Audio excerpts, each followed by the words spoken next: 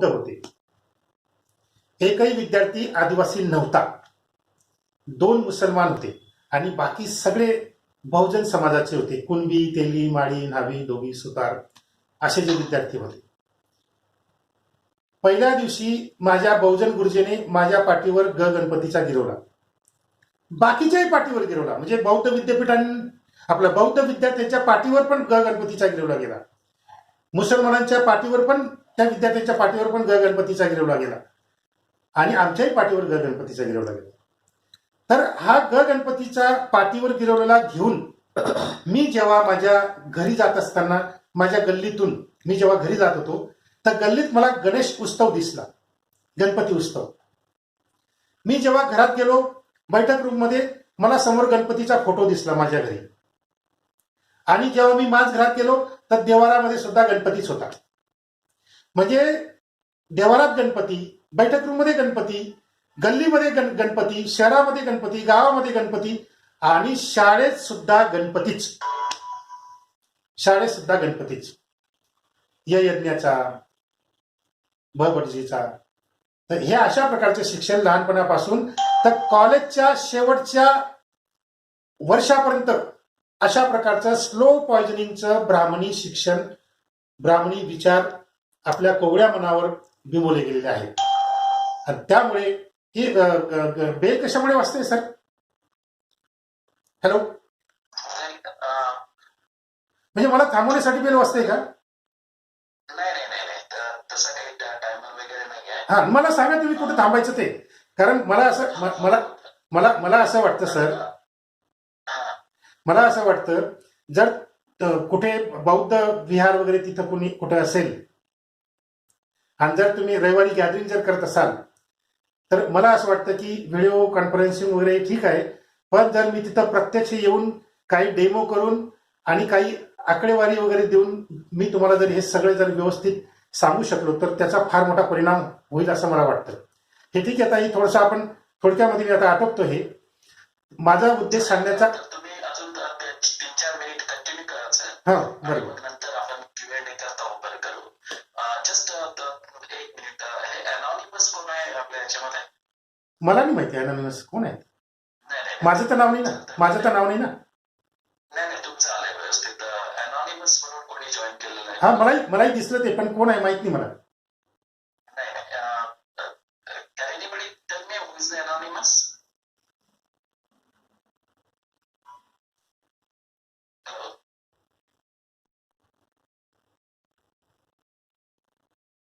ठीक आहे सर, मी एक 2-3 मिनिटात संपवतो.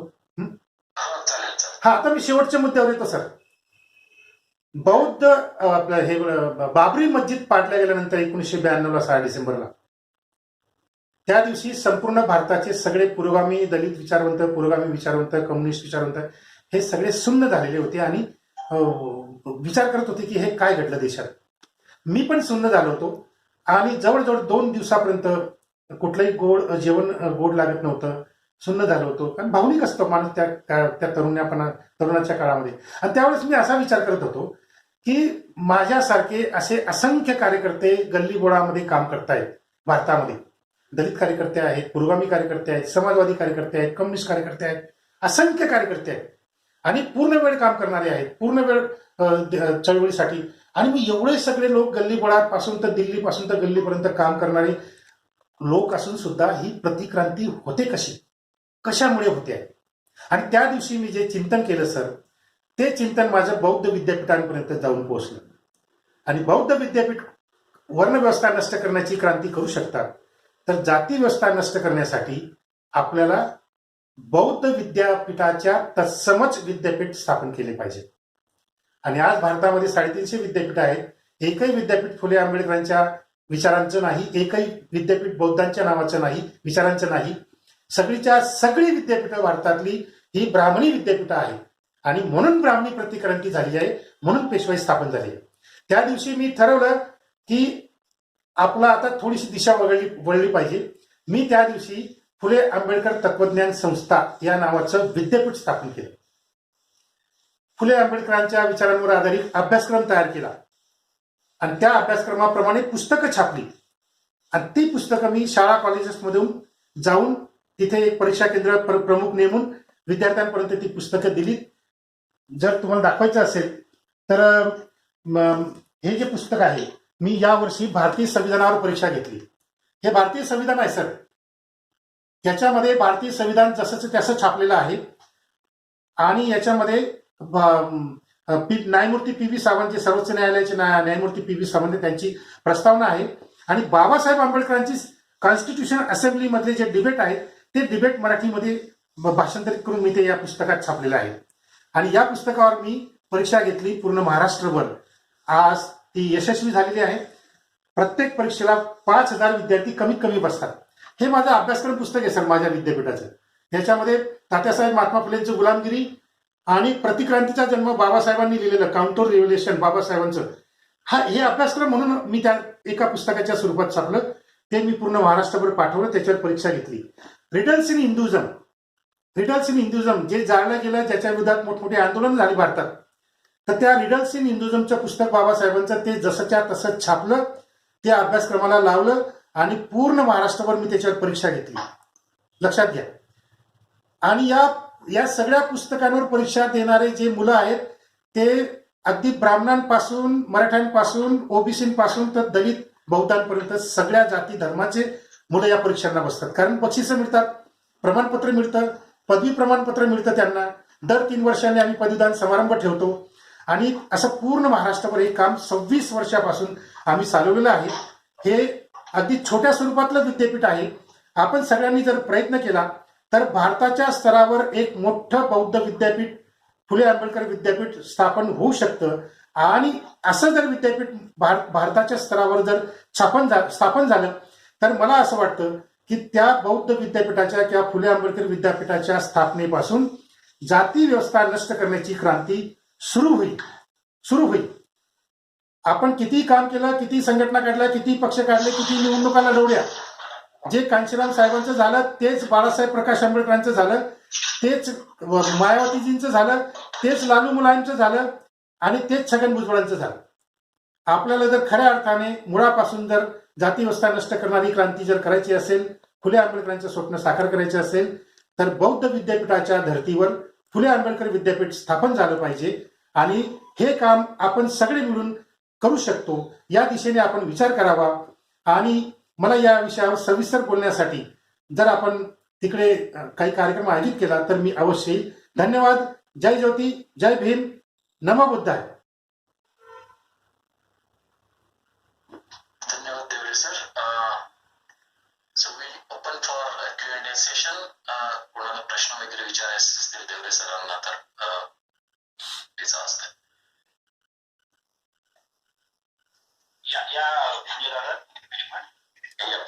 Hindi, in Hindi please. हिंदी. जय भीम, जय भीम. प्रथम तर धन्यवाद. आपण खूप सुंदर मांडणी करून हा विषय समजावून सांगितला. काही गोष्टी मला विचारायच्या होत्या की आपण स्वतः प्रोफेसर आहात, तर या विषयाला धरून काही PhD रिलेटेड कार्य चालू आहे का? नाही. आणि आपण त्याच्यावरती हा प्रश्न असा होता की आपण या विषयाला बघून जे आता ऍक्शन प्लॅन आखलेला आहे, याच्यापर्यंत वर्क झालेला आहे. परंतु त्यांचं रजिस्ट्रेशन किंवा युनिव्हर्सिटी स्थापन करायसाठी ज्या काही बाकी इतर गोष्टी पाहिजे आहेत त्याच्यापैकी कुठे कार्य झालेलं आहे?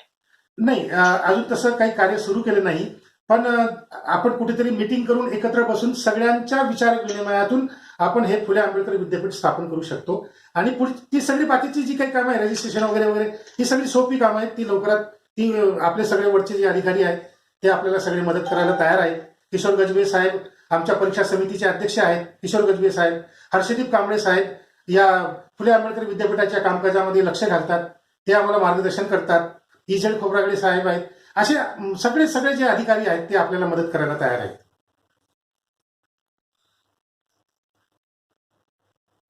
Thank you sir. हो, येस. हॅलो. हा सर. देवरे साहेब, जय भीम. मी Vijay Bagde from Saudi Arabia. जय भीम. खूपच अप्रतिम अप्रतिम तुम्ही सोप्या शब्दामध्ये मांडणी केली. साहेब, हे तुम्ही जे बोललात विद्यापीठ, हे विद्यापीठ कुठे स्थापन केलंय तुम्ही, हा एक प्रश्न. आणि दुसरा प्रश्न माझा, हा जो आपला इंडियन कॉन्टेक्स्ट मध्ये जो आपण बुद्धिझम म्हणतो, ह्या बुद्धिझमचा ग्लोबल पर्स्पेक्टिव्ह मध्ये काय याचा परिणाम आपण पाहू शकतो, याच्यावरती काही थोडं तुम्ही विचार मांडू शकता का? नाही, म्हणजे मला प्रश्न बरोबर समजला नाही. ग्लोबल कॉन्टेक्स्ट मध्ये आपण म्हणजे बौद्ध धर्माबद्दल का? बौद्ध धर्माबद्दल. हो, येस, बरोबर ना. हे बघा, कुठलंही विचारसरणी, कुठलंही तत्वज्ञान हे विकसित होत जाणारं असतं. बौद्ध तत्वज्ञान जे आहे, ज्याने वर्णव्यवस्था नष्ट केली, ते बौद्ध तत्वज्ञान आज फुले आंबेडकर तत्वज्ञानाच्या रूपाने विकसित झालेलं आहे, की जे फुले आंबेडकर तत्वज्ञान जाती व्यवस्था नष्ट करण्याची क्रांती करायला आपल्याला प्रेरणा देतं. हा, तर हे अखिल भारतीय स्तरावर बरोबर. याला आपण ग्लोबल पर्स्पेक्टिव्ह मध्ये कसं बघू शकतो? ग्लोबल पर्स्पेक्टिव्ह मध्ये आपण असं बघू शकतो की प्रत्येक देशामध्ये विषम व्यवस्था आहे. मध्ये पाकिस्तान असो, जपान असो, किंवा आणखी सगळे भांडवली देश वगैरे वगैरे, अगदी चीनमध्ये सुद्धा विषमता मोठ्या प्रमाणात आहे, विषम व्यवस्था मोठ्या प्रमाणात आहे. कारण जगभर आज भांडवलशाहीने पूर्णपणे कब्जा केला आहे सगळ्या देशांवर, आणि याच्यातून शोषण खूप मोठ्या प्रमाणात वाढत आहे. तर शोषण व्यवस्था नष्ट करण्यासाठी आपल्याला बौद्ध तत्वज्ञान मोठ्या प्रमाणामध्ये मार्गदर्शन करतं. जसं मी तुम्हाला गुलामगिरी मुक्तीचं तुम्हाला मी उदाहरण दिलं. तो मजूर जो आहे तो गुलामातून मुक्त झाल्याबरोबर तो 10 पटीने जास्त काम करायला लागला, 10 पटीने प्रोडक्शन द्यायला लागला, आणि त्याच्यातून वर्णव्यवस्था नष्ट झाली. कारण त्या समाजाचा जीडीपी वाढला, विकासाचा दर वाढला. म्हणजे हा झाला एक सोशल ऍस्पेक्ट झाला. पण मी तर याला दुसऱ्या अँगलने बघतो. आता जसं वेस्टर्न कल्चर मध्ये जो बुद्धिझमचा प्रसार होत आहे, किंवा ते जे अडॉप्ट करत आहेत आपली फिलॉसॉफी, त्यांच्यामध्ये मला असं आढळून आलं की हा आपण सोशल अँगलने बघतो, पण ते पीस ऑफ माइंडच्या अँगलने बघतात. आता जसं ज्यूज लोकांची इतकी हत्या झाली, त्या लोकांना एक पीस ऑफ माइंड पाहिजे आहे की त्यांना ह्या ग्रीप मधून कसं बाहेर येता येईल. तर ते त्या बुद्धिझमचा बोला, ते त्यांच्या मानसिक संतुलनेसाठी यूज करून त्याला कसं त्यांच्या जीवनामध्ये उतरवता येईल. आता पुष्कळशे आता जे प्रोफेसर्स किंवा हे जे आहेत इथे आयव्ही लीगच्या युनिव्हर्सिटीज मध्ये वगैरे, मला वाटतं एक याच्यामध्ये पुस्तक पण प्रसारित केलेलं आहे, बुद्धा ऑर बस्ट. त्याचं लेखक कोणी पेरी गारफील्ड त्याला कोणीतरी आहे, त्याने सुद्धा मांडणी केली आहे त्या पुस्तकामध्ये. तर याच्यामध्ये जे वेस्टर्न कल्चरमध्ये बुद्धिझमचं जे त्यांनी अडॉप्ट केलं आहे, मला वाटतं ते सोशल ऍस्पेक्ट पेक्षा त्यांनी मेंटल पीस, मेडिटेशन किंवा विपश्यना ह्या दृष्टिकोनातून जास्त विचार केलेला दिसतो. नाही, पूर्व आणि पश्चिम हे जे जगाचे 2 भाग आहेत,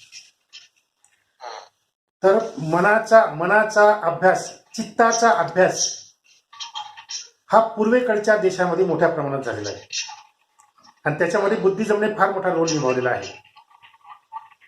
आणि मनाचा अभ्यास करण्यातून, चित्ताचा अभ्यास करण्यातून मेडिटेशनचा जन्म झालेला आहे. मेडिटेशन म्हणजे दुसरं तिसरं काही नाही. मेडिटेशन म्हणजे आपल्या मेंदूची जी ऊर्जा आहे, म्हणजे आज आपण जी मेंदूची ऊर्जा वापरतोय ती 10% पण नाहीये. ही ऊर्जा जास्तीत जास्त आपल्याला वापरता यावी आणि मोठ्या प्रमाणात आपल्यात काम करण्याची शक्ती यावी, किंवा नवीन काही विचार, नवीन काही तत्वज्ञान, नवीन काही संशोधन, याच्यासाठीची मेंदूची ऊर्जा जागृत व्हावी लागते. तर मेडिटेशन त्याच्यासाठी फार उपयुक्त आहे. पण आपल्याकडचे बरीच मंडळी, आपल्याकडचे किंवा युरोपमधले किंवा अमेरिकेमध्ये सुद्धा बौद्ध धर्माला ते फक्त मेडिटेशनच्या पुरतं मर्यादित ठेवतात. आणि मी कुठेतरी कामातून अस्वस्थ झालेलो आहे, मी थकलेलो आहे, मी दमलेलो आहे आणि मला आता मेडिटेशन केलं पाहिजे, मला मनाची शांती पाहिजे, घरामध्ये खूप भांडणं झाली आहेत, खूप प्रॉब्लेम झालेला आहे, माझा मेंदू हे झालेला आहे, मला आता शांती पाहिजे, मग चला मेडिटेशन करूया. तर हा मेडिटेशनचा अत्यंत चुकीचा अर्थ आहे. अगदी म्हणजे जसं कष्टकरी माणूस 10 पटीने जास्त काम करायला लागला, तसा विचारवंत माणूस सुद्धा, शास्त्रज्ञ सुद्धा तोही 10 पटीने जास्त काम करायला पाहिजे. याच्यासाठी मेडिटेशन आहे.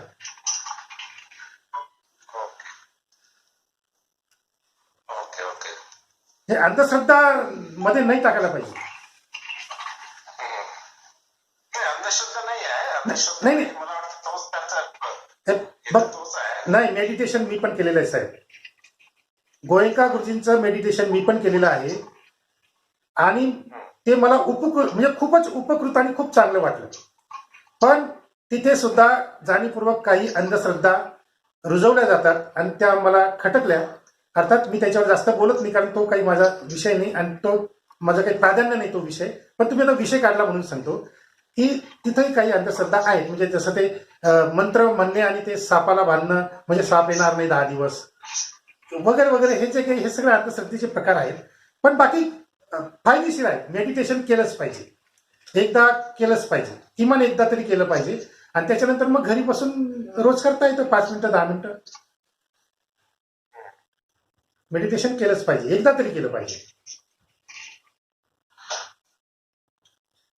पण त्याच्यासाठी खूप वेळ घालवायला नाही पाहिजे. म्हणजे दरवर्षी जायला पाहिजे, दर महिन्याला जायला पाहिजे असं नाही. म्हणजे त्याच्यात मग वेळ खराब होतो. मग ते काय डोळे बंद करा, कान बंद करा, तोंड बंद करा, बोलू नका, काही करू नका. तर ते बाबासाहेबांनी त्याला विरोध केलेला आहे. बाबासाहेबांनी सांगितलं मला उघड्या डोळ्याचा बुद्ध पाहिजे, बंद डोळ्याचा बुद्ध मला नाही पाहिजे, मला उघड्या डोळ्याचा बुद्ध पाहिजे. हे बाबासाहेबांनी सांगितले. आवडतो. मला वाटतंय की हा बुद्धिझमचा जो फिलॉसॉफी आहे, आपण आपल्या दृष्टिकोनातून त्याला सोशल अँगलने बघतो.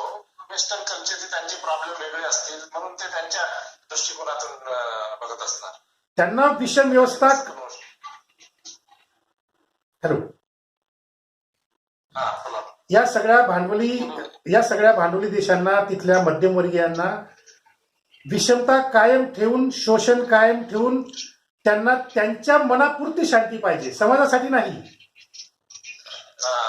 समाजामध्ये असंतोषच पाहिजे, समाजामध्ये संघर्षच पाहिजे, असं त्यांचं म्हणणं आहे. कामगार विरुद्ध भांडवलदार, मजूर विरुद्ध कुळ विरुद्ध शेतकरी, कामगार, असं संघर्ष त्यांना चालू राहिला पाहिजे. फक्त माझ्या मनाला, माझ्या मेंदूला शांती मिळाली पाहिजे म्हणून मेडिटेशन. समाजाला शांती नाही, मेंदूला शांती पाहिजे. तर हा चुकीचा अर्थ आहे तो. ते खरं म्हणजे आता काय त्याच्यावर मी जास्त बोलत नाही. Any question? Okay. Any more questions?